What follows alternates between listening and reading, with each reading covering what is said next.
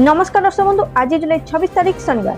चलतु नजर पकेबा आज देश विदेश गुरुत्वपूर्ण खबर गुड़िक पूर्व आपण जदि चैनल नुआ अच्छा सब्सक्राइब करने भिडियोटी को गोटे लाइक करेंगे, कमेंट जय जगन्नाथ लिखा जमा भूलें। आसला पाणीपाग नहीं बड़ अपडेट। प्रबल वर्षा नहीं रेड अलर्ट जारी।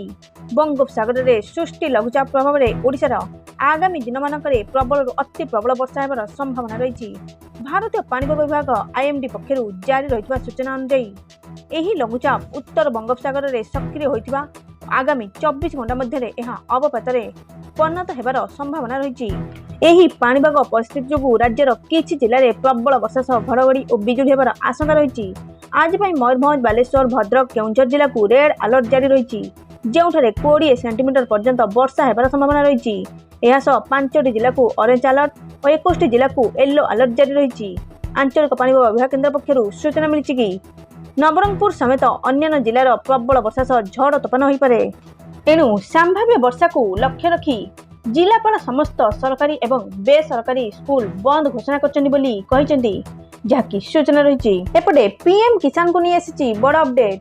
पीएम किसान 20तम किस्ती आसिया पूर्व कोटी कोटी चाषी को बड़ झटका।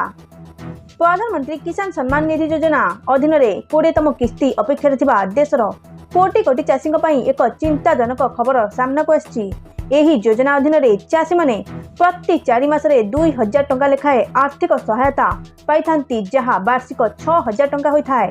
किंतु 20तम किस्ती जहाँ जून 2025 रे आसबार थिला ताहा विलंब होउची। सरकारी सूत्ररू प्रकाश पाइछि कि नरेंद्र मोदी जुलाई शेष सुधा अगस्त प्रथम सप्ताह रे संभवतः वाराणसी रे एक कार्यक्रम रे 20तम किस्ती प्रकाश करिपारंती। चाषी माने ई केवाईसी संपूर्ण करंतु पीएम किसान पोर्टल ले pmkisan.government.in माध्यम रे ओटीपी आधारित किंबा बायोमेट्रिक ई केवाईसी करबा बाध्यतामूलक। निकटस्थ कॉमन सर्विस सेंटर माध्यम रे एहा करा जाय परिबो। आधार लिंक आपनको अकाउंट सहित आधार लिंक हेबा आवश्यक।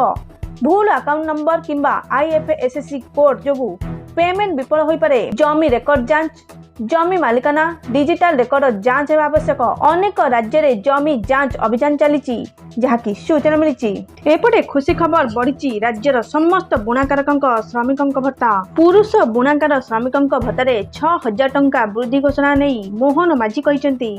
सेहीपरि महिला कर्मचारी भत्ता 7000 टंका को वृद्धि करने नहीं सरकार पक्षर निष्पत्ति नि। सूचना योग्य कि लोक सेवा भवन रे शुक्रवार ओडिशा टेक्सटाइल शुभारंभ करचंती मुख्यमंत्री मोहन माझी। एथिसह 6टी टेक्सटाइल पार्क उद्घाटन करचंती। बलांगीर, जगतसिंहपुर, केउंझर, संबलपुर, कटक एवं गंजाम जिलार टेक्सटाइल पार्क उद्घाटित होईची। कार्यक्रम रे उद्बोधन नहीं मोहन माझी कहचंती ओडिशार वस्त्र पूरा भारतर पहुंचबो। संबलपुर, माणियाबंध, ब्रह्मपुर शाढ़ी लोकप्रिय। रोजगार क्षेत्र में वृद्धि आरंभ लक्ष्य बोली मोहन माझी कहते। सबु क्षेत्र में व्यवसायी को स्थान दिज्व। 33 एमयू स्वाक्षरित 7808 कोटी पुंजी निवेशक को राज्य में 53,300 नियुक्ति सृष्टि हो बोली मुख्यमंत्री, जहाँकि सूचना मिली। आज किसी गुरुत्वपूर्ण खबर। Thank you all.